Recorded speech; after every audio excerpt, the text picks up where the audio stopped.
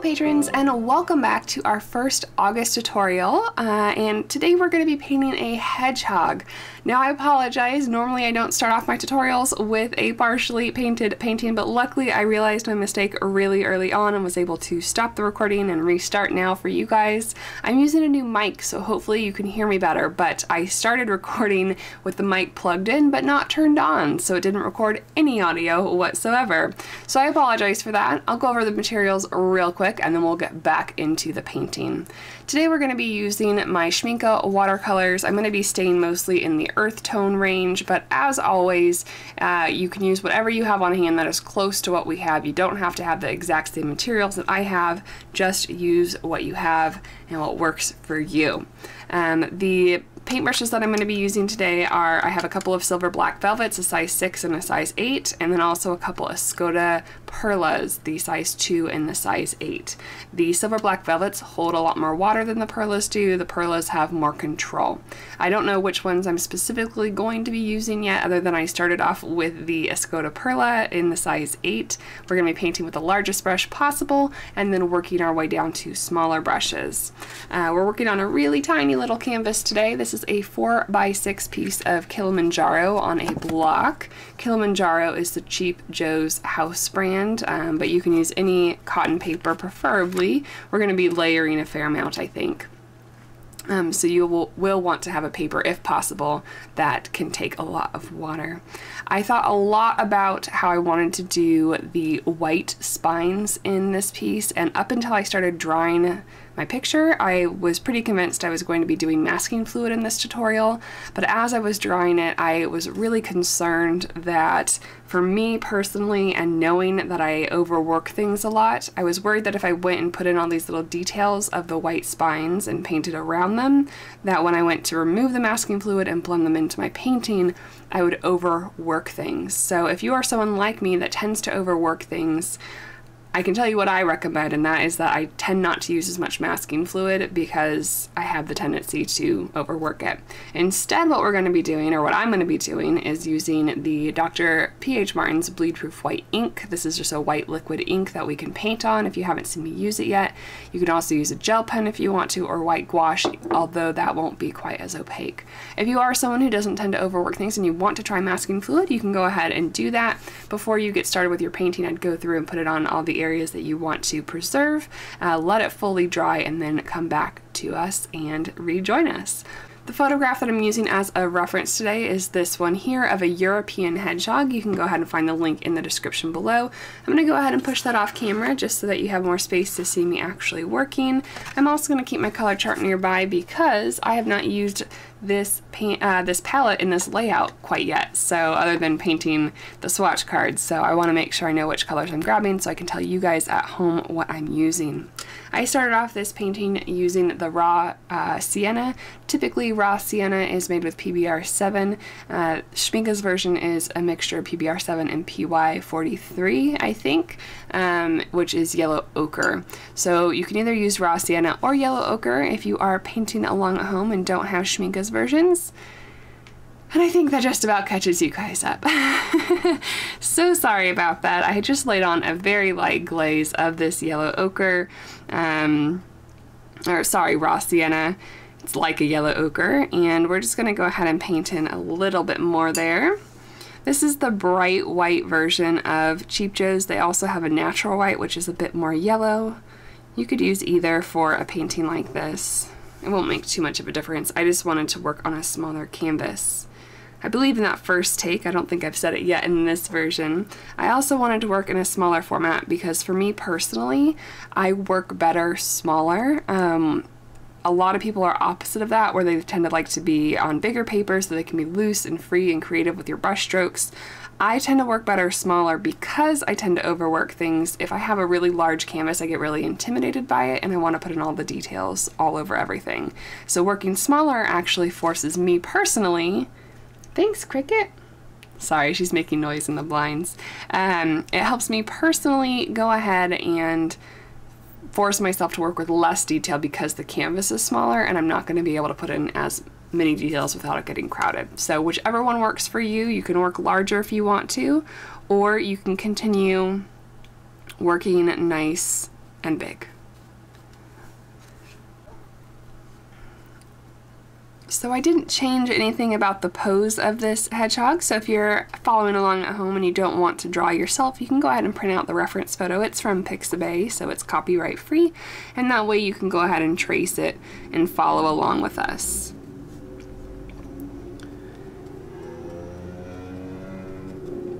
Wow, I think that might be the most excessive street noise I've ever had in the background of a video ever. Thank you, motorcycle who went by. So as you can see here, we're being really light-handed, just putting in these early glazes. There are some hard edges, some soft edges. If you guys have been around my Patreon for a while or my YouTube channel, you'll tend to know that I like to work with a technique that I call softening off. So I will put down a batch of color and from the pans onto dry paper, and then I soften off the edges to make these wet on wet washes that kind of sprawl out. I did get a bit interrupted when I did this first stretch here, and then wanted to make sure to stop the camera and make sure you saw the whole process. So this is a bit harder than I would typically leave this edge, but it's going to be in the shadow of the painting, so I think it's okay. Now that I have my yellow ochre or raw sienna down, I'm going to go ahead and hit this with the heat tool really quickly, and then we're going to work on our next layer. So now that that layer is dry, I'm going to be going into our next color. It's a really deep, cooler brown. So if you have a raw umber, I might suggest that. I don't have that in this set. What I do have is a sepia and a burnt umber. So I think what I'm going to do is I'm going to go ahead and start off with our burnt umber. I want to mix up a fair amount of this because it's pretty prevalent in the painting, and I don't want to have to keep stopping and remixing my colors. I often will recommend that you go ahead and do your color mixing with a smaller brush so that it doesn't hold as much pigment in it when you go to rinse off, but because I'm using two very similar colors, I'm not going to worry too much about contaminating my pans. With pans, what's so great about it is if you do contaminate them, you can just wipe them off and they'll be none worse for the wear.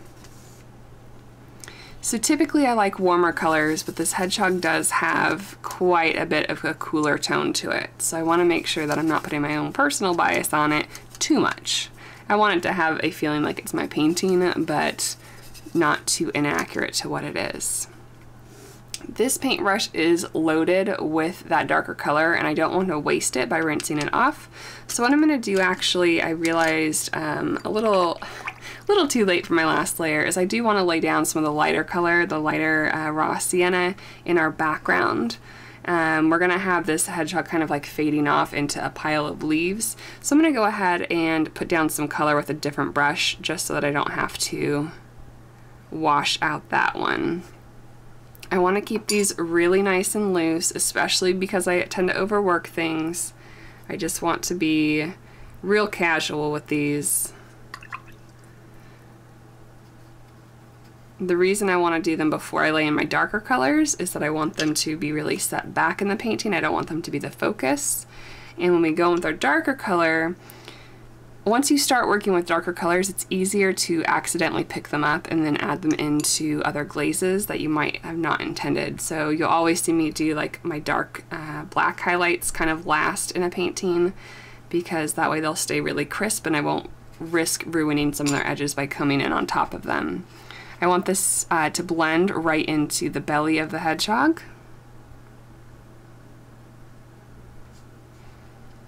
Dropping in a little bit more color here. And I think I'm also going to drop in some of my Mahogany brown, which is this really interesting granulating color from Schmincke.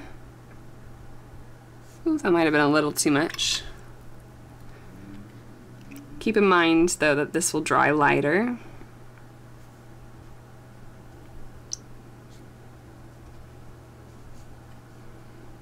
And we don't want any of these leaves to really be in focus per se.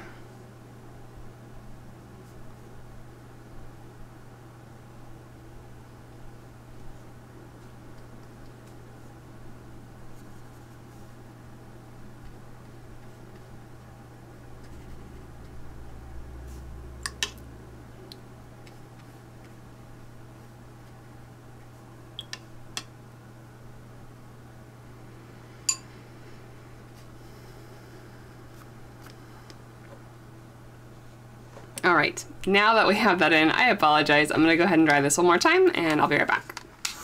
All right, we are close enough. So I'm gonna go back to my brush that I had this loaded mixture on, maybe add a little bit more water so that it's not too terribly strong when I go in. I hate to waste paint. I hate to waste paint, especially when it's Schmincke. All right, so I'm gonna come into the nose here.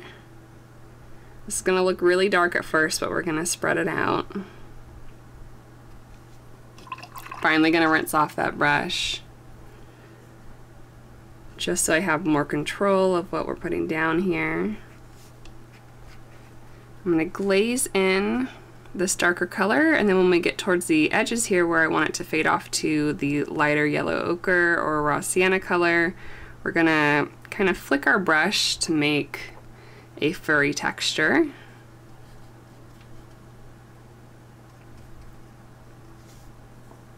Get a little bit more paint on my brush, and we're gonna bring it up around the eyes.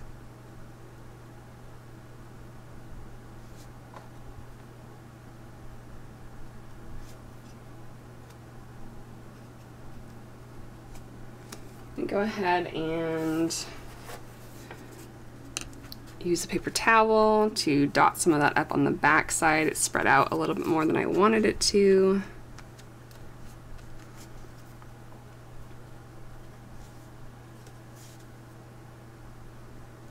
And go in with a slightly drier brush, a little bit more control, and drop in a little bit harder of a line there.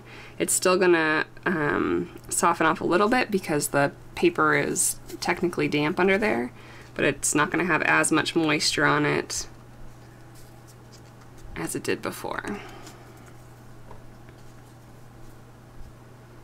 Do a couple more flicks up here.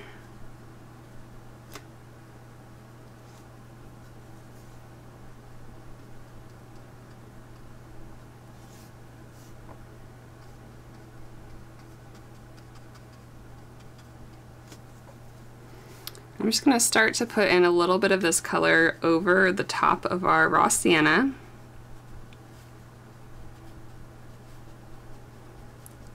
To kind of cool it off a little bit, make it not quite as warm.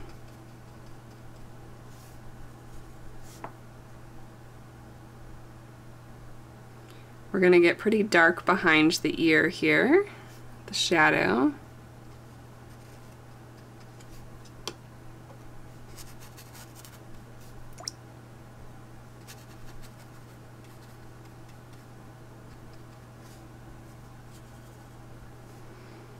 And then here on the belly, we want to make, I don't want anything to be too hard, or at least not too much of it, but we want some long fur texture on the belly because we wanted to be able to tell the difference between the texture of the fur that's down here and the spines that are on the back. So we want to make sure these are nice long strokes.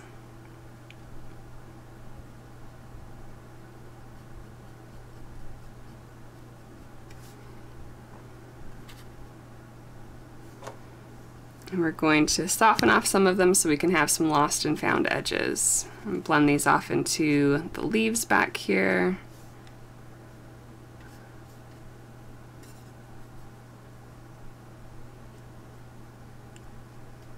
Put in a few more strokes of a darker color.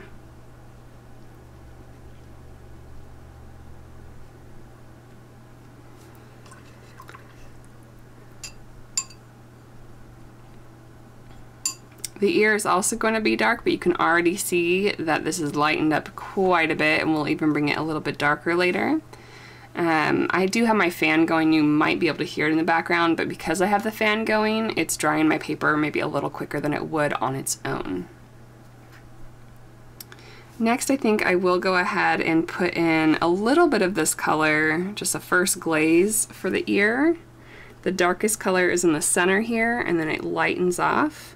We will eventually make this much darker, but I just kind of want to get rid of the white of the paper here.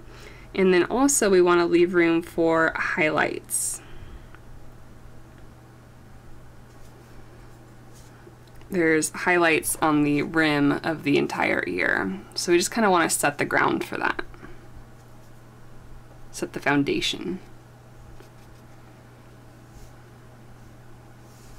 We're going to use the same darker color for the spines on the back. And this is where I'm going to try really hard to find a good balance between hard and soft.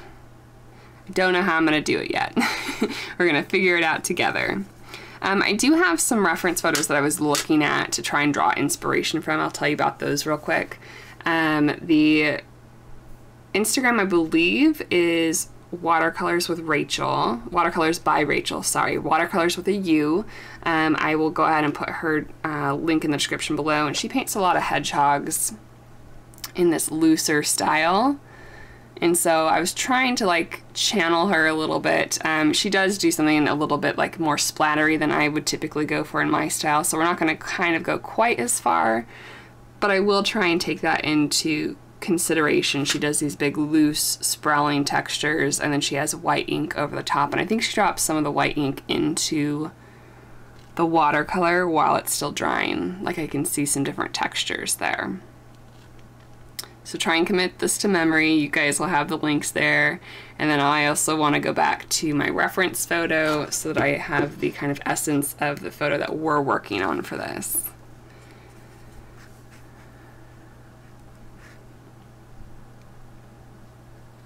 She adds in a lot of extra colors as well. Like she's got blues and things like that in hers. I don't know if that's quite what I want for this. Maybe we can drop in like an Indian throne or something like that, a little bit darker. And actually I am going to turn off my fan for this. I don't want this to dry as fast. So let's see.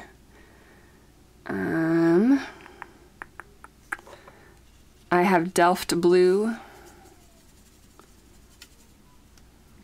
from Schmincke. That's PB60. We'll put some in those cooler shadows, maybe for some contrast there. And I think what I'm going to do is I'm going to spritz this with a water bottle. Sorry, that wasn't in my description at the beginning for materials. We're going to go ahead and let that help us. Just a couple little spritzes.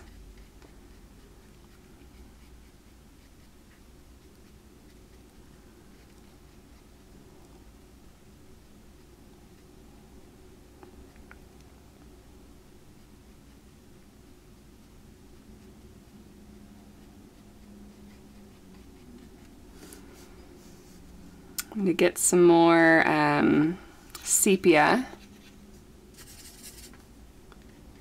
Just sepia, not any of the burnt umber.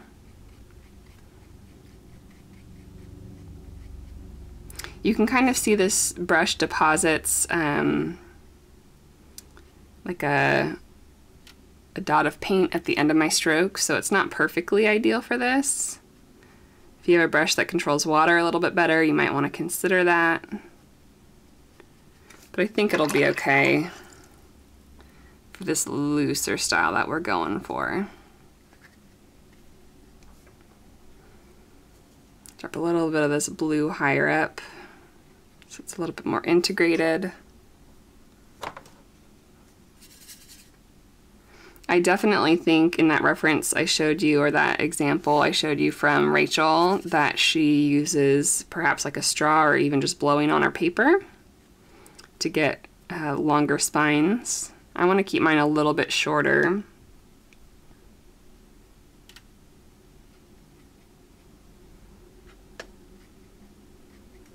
I've been really focused on telling you guys about the painting techniques because I'm so like nervous about it, but I can also tell you some hedgehog facts. I didn't work with European hedgehogs, but I worked with African pygmy hedgehogs. And they're pretty interesting little guys. So all these structures on the back, they're called spines. They're not like spikes or quills. They differ from porcupines quite a lot. They're actually not even in the same family. So porcupines are rodents, so they're going to be related to like rats and mice and even capybaras or guinea pigs, but hedgehogs are in their own family, so they are not going to be as closely related. They don't have the same tooth structure, and so their spines aren't the same structures either. So porcupines, although they can't shoot their quills like a lot of people think, they do sit loosely in their skin. So when, say, like your dog goes up and like tries to corner a porcupine or something like that, if the dog's face touches the porcupine, the quills can easily release into the dog. And they can't shoot them, but they can release into them. Hedgehog spines are not like that. They're just kind of like hard hair, and so they stay in your head. You don't shoot your hair off your head, was what we used to tell the kids, so they can't shoot their spines off either. But they do serve as protection. This hedgehog in the reference photo is very, very relaxed. You can see all the spines are laying down smoothly. If the hedgehog feels threatened, their spikes go up in the air, and that would be more of a defensive or threatening display. Got a weird little mark on my, oh, I think it's adhesive from my, I had something on my nail, sorry about that. Don't know if I can fix it. Anyway, so that's a little bit about hedgehogs. They have really interesting, like little peg-shaped teeth. And I believe, I could be rusty on my facts, but I believe that European hedgehogs are one of the only species that truly hibernates. There's a few of them. Bears do not actually truly hibernate. They go into a state called torpor, which is just like a slowed metabolic state. But I believe that the European hedgehogs are one of the few that go into a true state of hibernation. Groundhogs also do that, or woodchucks. All right, we've got some loose area, lost and found. We can tell that they're kind of going to be quill-like. I may end up ruining it if I do this, but while this is still shiny, I think I'm going to try and put in a little bit of the white ink so we have some groundwork for that. So I'm going to go ahead and mix up a little bit of this ink. I don't want it to be too watery though, because if I put too much water into this, it's going to start to cauliflower. Let's go ahead and see what happens if we flick in just a little bit of this.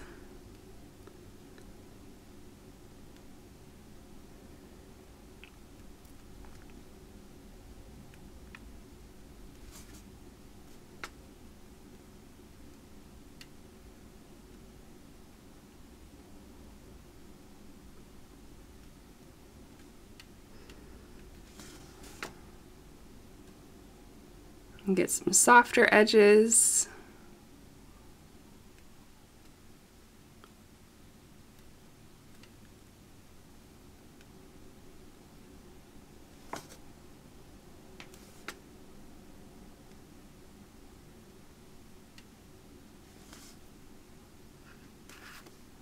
I'll do a couple little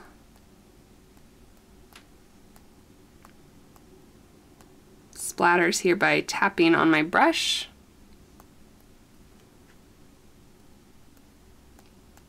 When the splatters hit those wet areas, they're also, oh no, I tapped a little too hard, too close to the paper. And those splatters will also kind of fade out and give us a looser feel. Lift that ink up all right. I don't think anyone will be able to tell by the time we're done with this, hopefully. And you can splatter into varying levels of dryness on your paintings. Oop, I'm splattering my phone. So if you do it onto completely dry paper, you're obviously going to get harder line or harder marks. If you do it into completely wet paper, they're just going to completely spread out. And if we do it in somewhere like in between, like we're doing here, we're going to get kind of in between the two where they'll fade out a little bit, but not too terribly much. I'm splattering a lot more than I normally would because of the fact that we want so much texture in the back here. I definitely don't splatter this much in a normal painting. All right, whew. Okay, tense moment over. We're gonna let that go ahead and dry and leave it alone. We can go ahead and work on the face while we're waiting. Take a little sip of water again.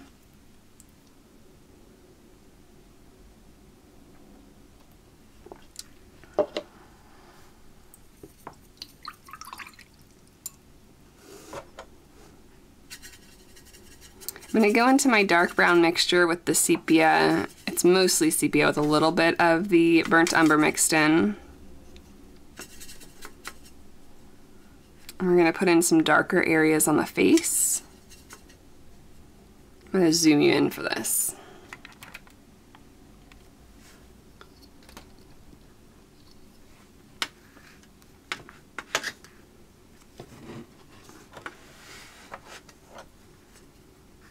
All right, so starting with the nostril,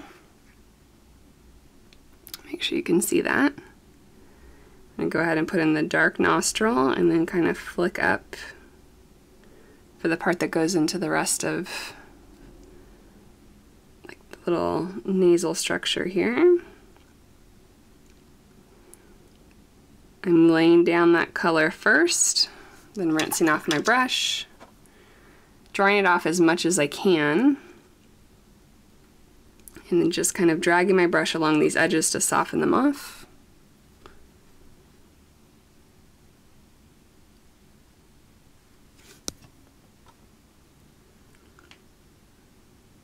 The European hedgehogs have much longer snouts than the African pygmies do.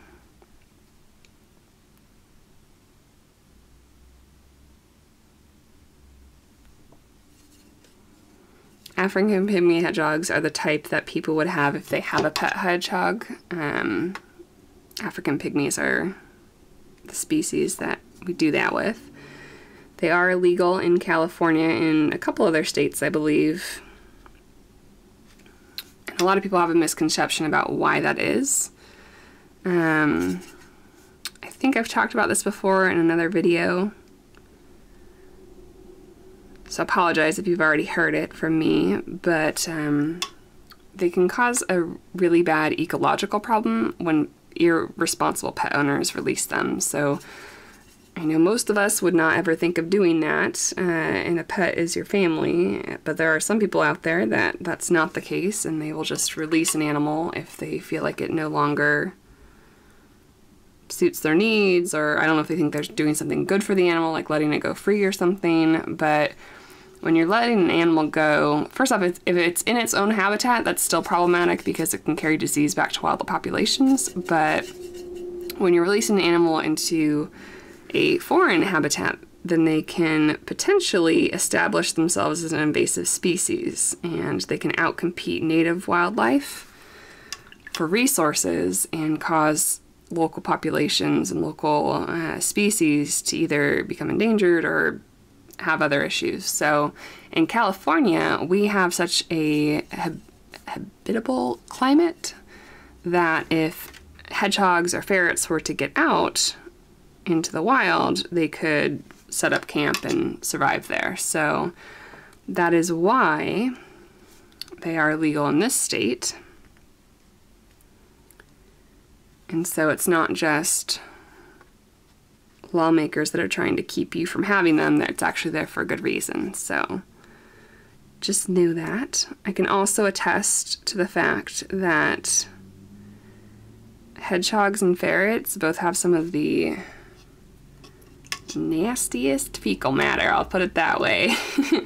Not something I would ever want to clean up in my own home, that's for sure. It was bad enough dealing with it at work. I've had more hedgehogs poop on me than I'd like to admit. I think ferrets really take the cake, but hedgehogs are up there. It's not great. So I'm just trying to put in some of these darker colors in the darker areas from our reference photo. There's an eyelid. There's like a dip in that space where we're going to be able to see the rim once we put in the eye, and I want to be able to tell that apart. There's a pretty good highlight on the nose that I'll probably go in and reinforce with white a little bit later, but I'm going to keep that area light for now and darken the area behind that. And then as we start to come up towards the top, we want to keep in mind, I actually kind of lost it here, we want to highlight up there as well. And then the ridge of the nose is actually where we're going to shade. As that comes back here, it gets a little bit darker in that area.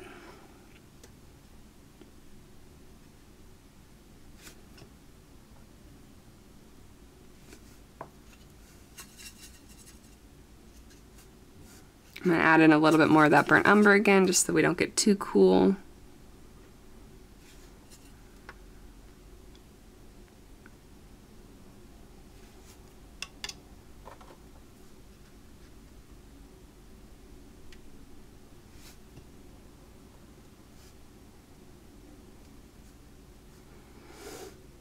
We have texture on the forehead area, but it's much lighter. So I'm actually going to take our raw sienna. Man, this raw sienna looks so yellow ochre-y. Which makes sense with the PY42, but it's still interesting to see for sure. At least it's not as opaque as Schmincke's yellow ochre. If you guys haven't heard my comments on Schmincke's yellow ochre before, I love yellow ochre. I love Daniel Smith's version of yellow ochre. I think it's a beautiful color, but I feel like especially a lot of my European viewers have a very negative impression of yellow ochre, and I think that's because, like, Schmincke's version, I don't know about Sennelier, I don't think I've used it, could be wrong, but I'm not sure. They're so opaque and they muddy up things really badly, and so if you haven't tried a Daniel Smith yellow ochre, I highly recommend it. It's a beautiful color. This raw sienna from Schmincke is also pretty nice. Alright, I can tell I'm getting into, I'm like starting my overworking. I'm going to try and be really aware of that. Try not to go too far. I think I'm even going to soften off up here. Try to drag this out. I think I said it, but if I didn't, I switched down to the size 2 Escoda for all this detail work. I'm going to go ahead and right behind the eye, let's go ahead and incorporate some of this mahogany brown.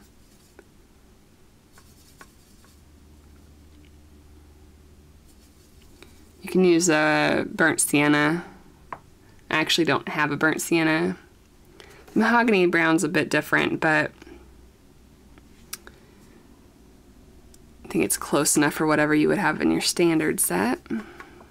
Granulates fairly heavily, has a reddish brown undertone. And I'm just gonna kind of drop that in behind the eye here.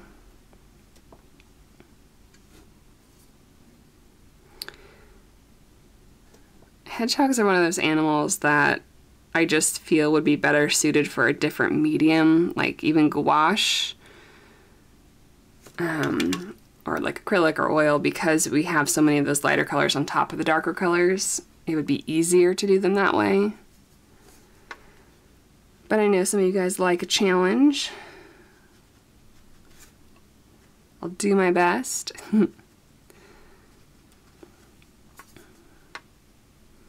Yeah, I think adding this third color, so a burnt sienna or something like it, is going to be really helpful, because the two-tone before was a little bit monotonous.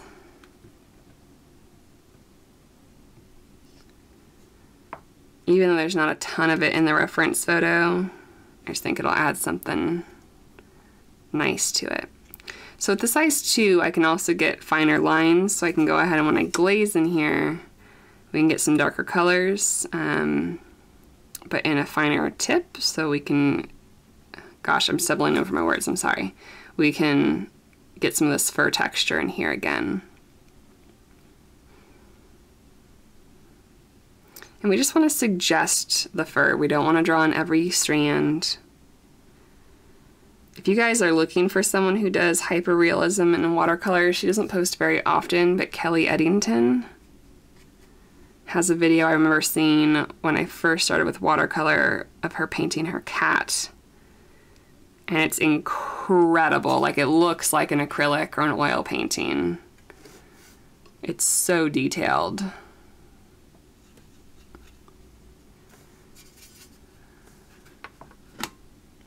I'm trying to get some darker tones in here without going overboard, so I went back into the sepia.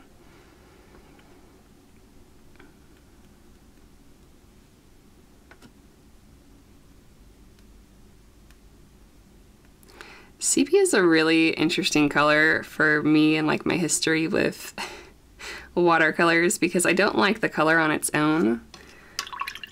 And so I'm always like, no, I don't need that color. I'll use something else. And then when I'm painting and don't have, my Schmincke set, if you haven't seen the video already, has some colors that aren't very typical to my collection because I didn't handpick all of them. So I've got sepia when I don't normally use that color instead of, say, a raw umber, or I've got the mahogany brown instead of a burnt sienna. So I have to improvise, but I do like it when I use it. It's actually one of my emptiest pans because I would use it to mix blacks because I don't like using the ivory black. So I'd mix it with my blues to make a black, and therefore it's one of my most used colors. Interesting how that works out. You can see there we just put in some fur texture. Hopefully it won't be too distracting. We're definitely going to need to pull some lightness back into it because I feel like it got too dark for what this is. I also think in my mind I might have gotten a little bit too dark with the painting because European hedgehogs look so dark to me. The African pygmies have white fur, and so it might just be my mind also playing tricks on me a little bit and being like, oh no, this is a really dark subject. And then I got too dark too fast. I'm going to go ahead and flick in the darker part of the ear so that we look like we still have fur from the negative painting side of things. And we're going to go ahead and soften this off on just the ear side. We're going to leave the hard edges where the fur is. We can go in here and drop in the shadow behind the ear.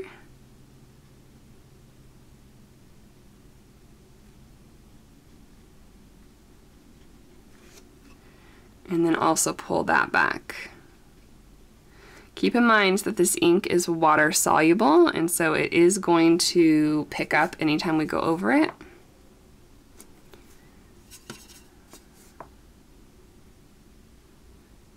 I messed up this edge here. We can go back in later once it dries.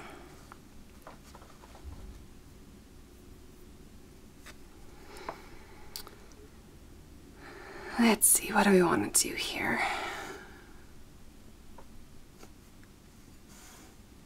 Go ahead and mix our sepia with our Indian Throne blue to make a black.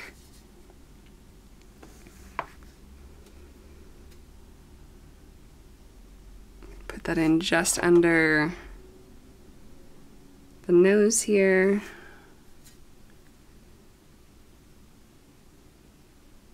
Top of this little ridge and in the nostril. And bumping up that contrast will just really help once I put in the highlight as well, and really solidify that as a nice shiny nose. We're also going to go ahead and put in the eye.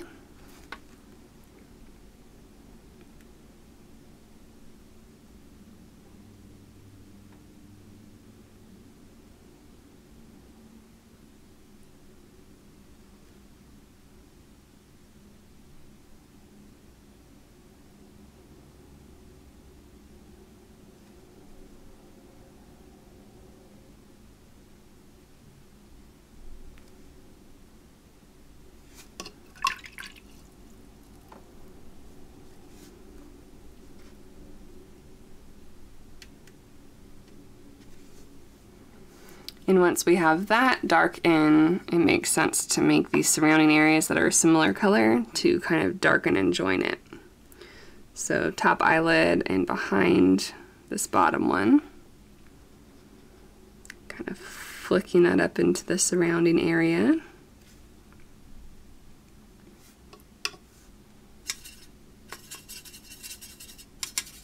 Re-wetting my Sepia and burnt umber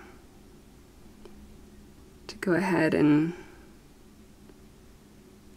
dot in a bit more texture here by where the whiskers would be.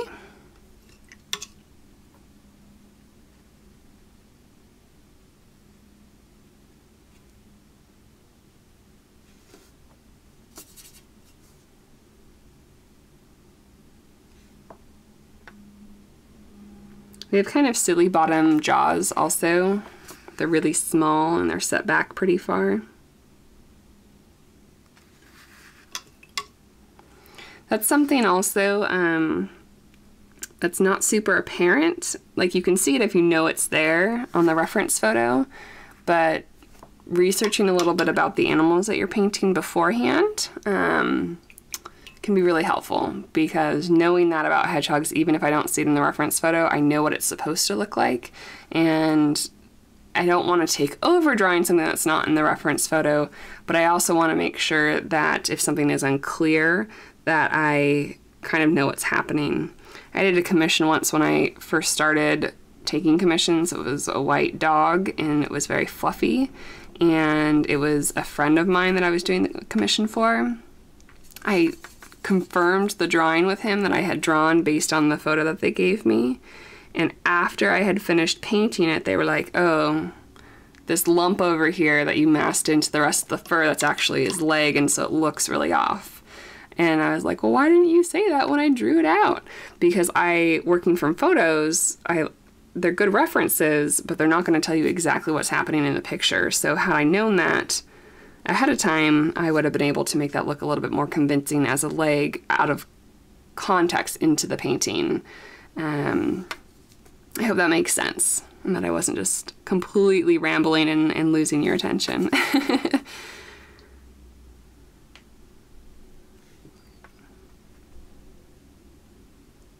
Basically, just try and know as much about your subject as you can before you paint it.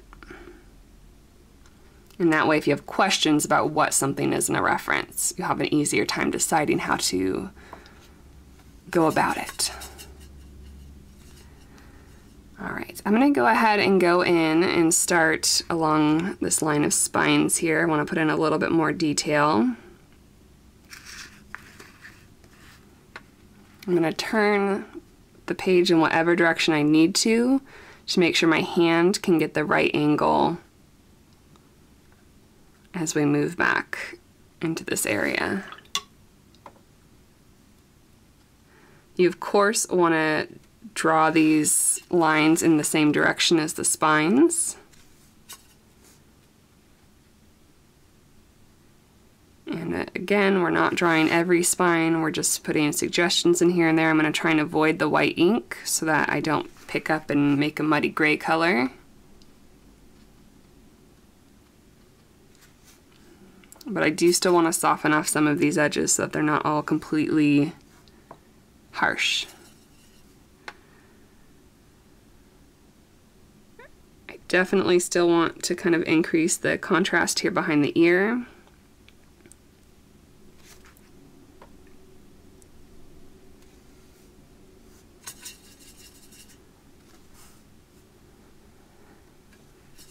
It might just be in my imagination, but I feel like my phone turns off more often than it used to. We did a iOS update recently. Not iOS, sorry. I'm so used to it. I've had an iPhone forever. I have a Google Pixel now, but whatever the OS is. Android OS. And I don't know if that changed it or if it's just totally in my head.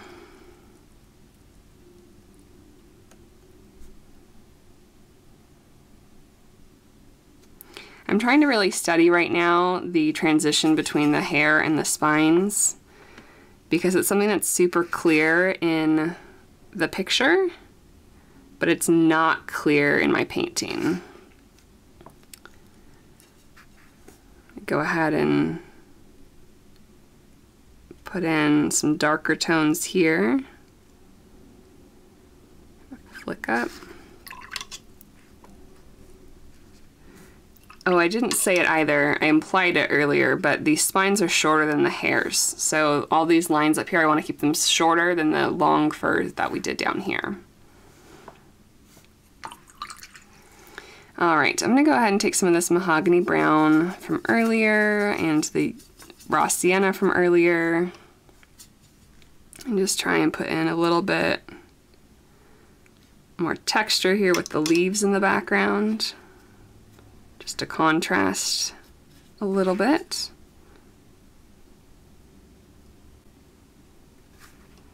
Keep them nice and loose.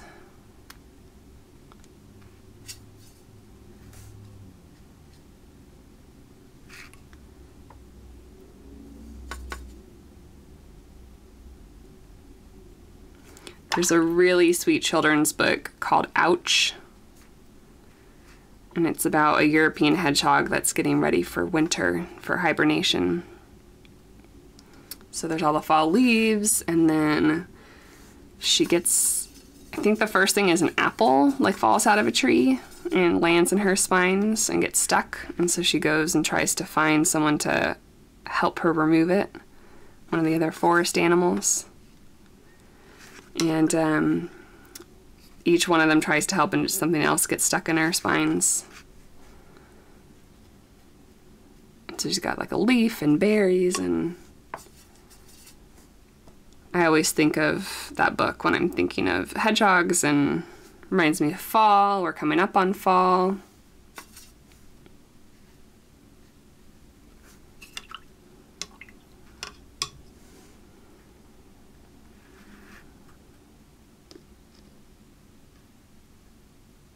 All right.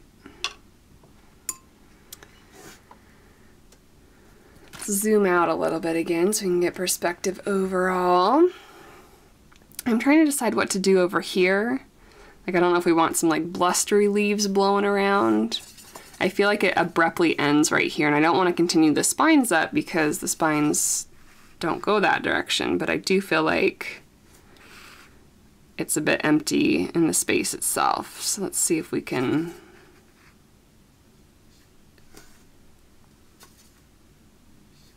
help out.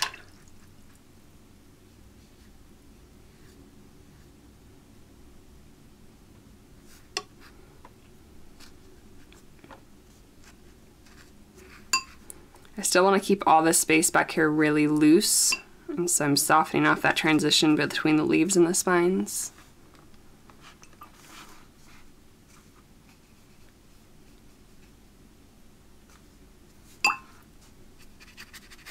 Probably get a bigger brush for this. I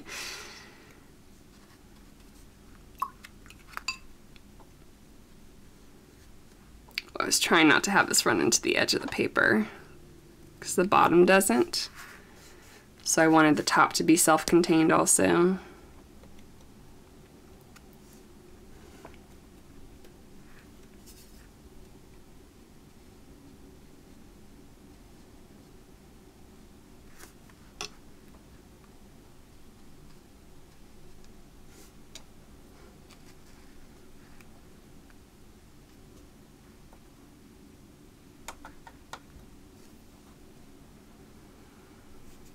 All right. I'm going to switch over to doing some ink work. So back into my little inkwell here.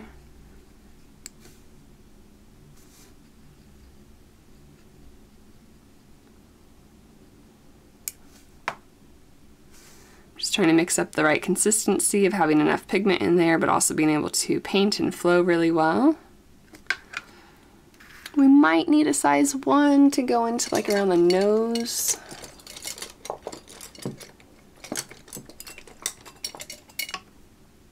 Let's go ahead and start with that actually.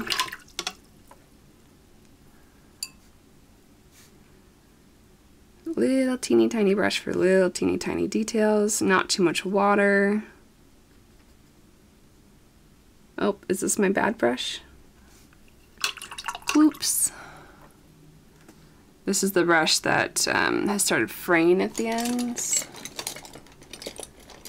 And this is the brush that I ordered to replace it and doesn't have a good tip, so where's the good one? Here we go, all right.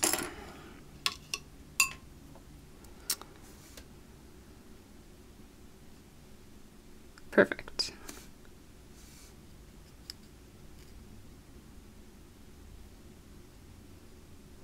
I always, when I'm doing detail work, when I put the brush into paint or whatever it is, I twirl it a little bit to try and get the point as finely as it will go. Make sure there's no water on your ferrule. I'm going to go in to the front of the nose here. I'm going to take one of my other brushes and just soften that off a little tiny bit.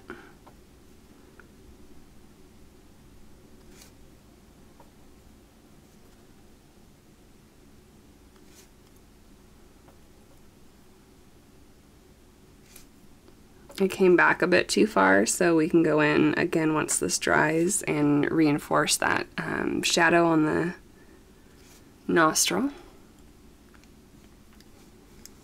I'm going to go ahead and, let's see here. I'm actually going to go ahead and put this on my palette, and I'm going to pull in a little bit of my Mahogany to tint it. Oops, sorry, I think I hit the microphone.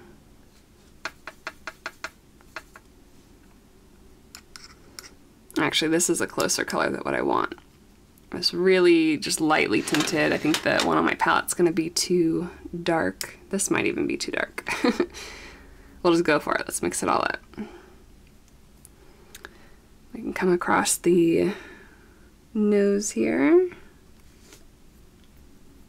And that little bit of pigment just takes the edge off the white a little bit. Switched back to the other brush without white just to soften off.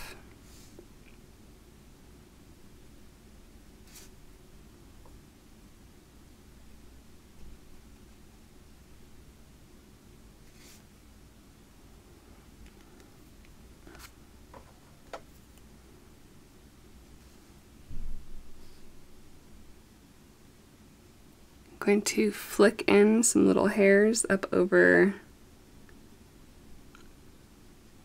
the eye and along this upper ridge. I'm going to go ahead and clean off my brush and get back into some white ink for this. It's a lighter area, so the tinting is actually going to be too dark to really stand out from the watercolor that's already on there. Wiping off the ferrule.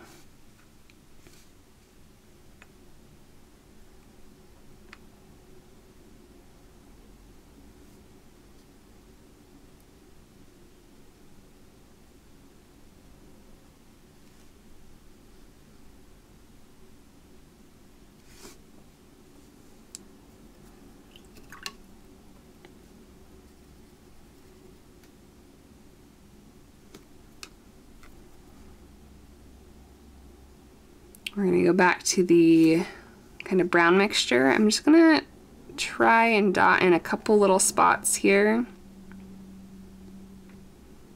to catch the light. If you look at the reference photo, there's some lighter patches of fur that glisten just a teeny tiny bit. Soften those off.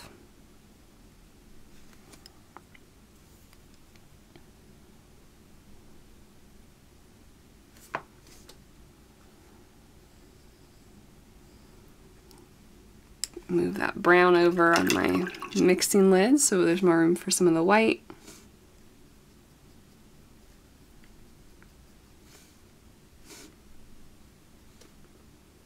It's funny that whenever I'm editing videos, adding the white at the end takes a fair amount of time, especially compared to the rest of the photo, even though they're really small areas.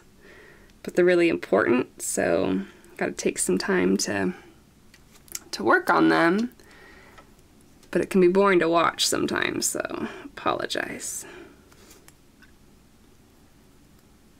While this is actually still wet, I'm gonna go ahead and go in with some black and just bring this up.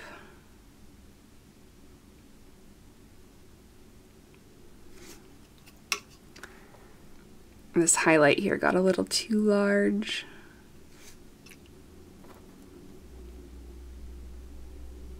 Ah! It's going crazy.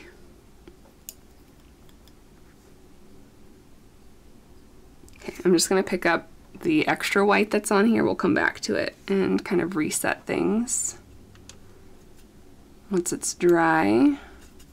I think I can go in one more time with some pretty thickly concentrated black. I don't want to have any excess water on my brush, and we're just going to drop this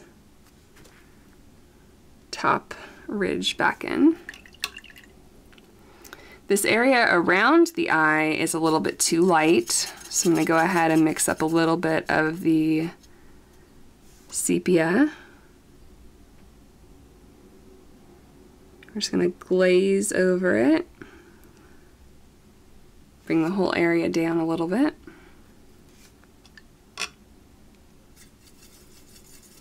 I have a mixture of the mahogany brown and the raw sienna. I'm going to put in a little bit more here behind the eye.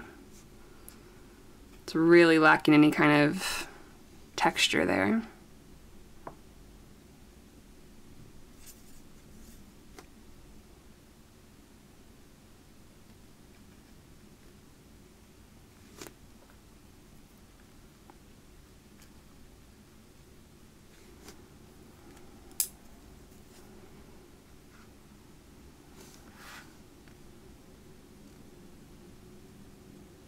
We do have some little flicks to put in around the ears.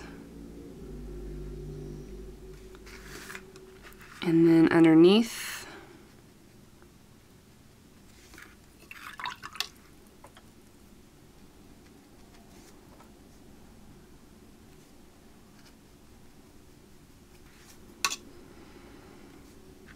I'm going to go back to the brown tinted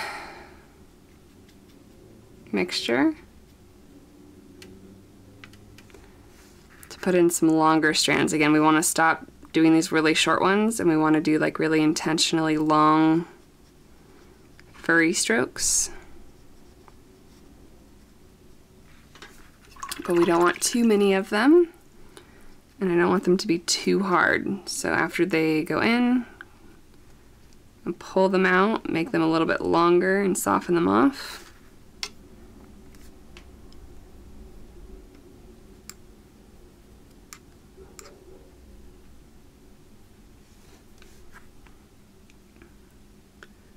Pull in some lighter fur here underneath the chin.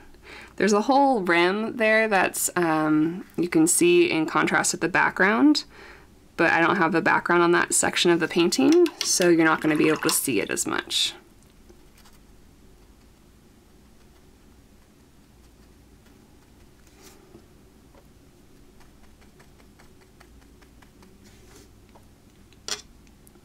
Then we're going to pick a few select areas. Sorry, I hit the mic again. I hope that's not too loud, guys. I'm sorry.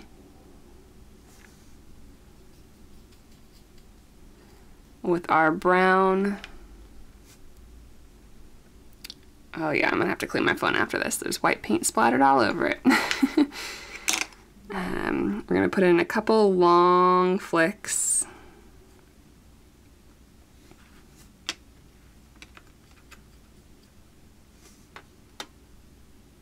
Look at where kind of like the highlights are in the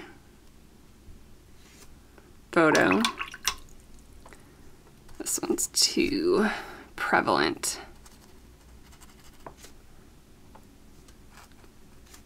Soften that off.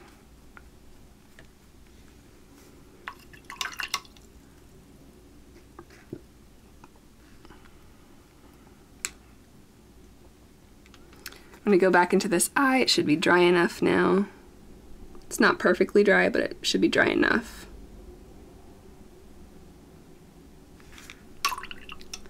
Just clean up those edges a little bit. I'm gonna go ahead and kind of gray out that you can see the white of the hedgehog's eye, but it's not super obvious. It's not white.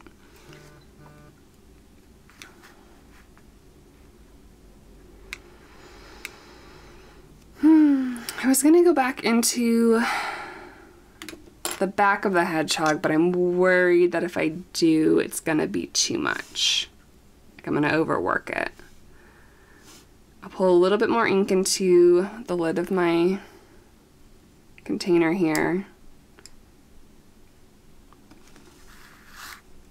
Let's see what it looks like if we just kind of reinforce some of these softer streaks. That looks okay. I think it kind of reinforces that this isn't soft, it's more harsh. So these white areas that I flicked in before that softened off, I'm just adding tips to those. Not all of them. And I can put a few in other places if I feel like it needs something.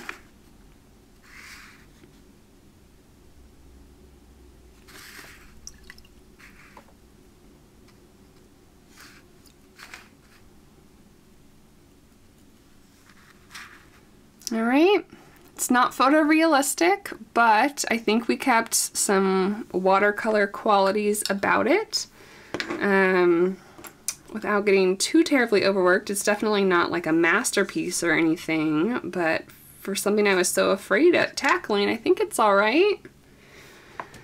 What do you guys think? I hope you enjoyed it. I definitely don't have as much definition between these two areas as I wanted. This is too dark. If this had been lighter overall, I think it would have been more successful.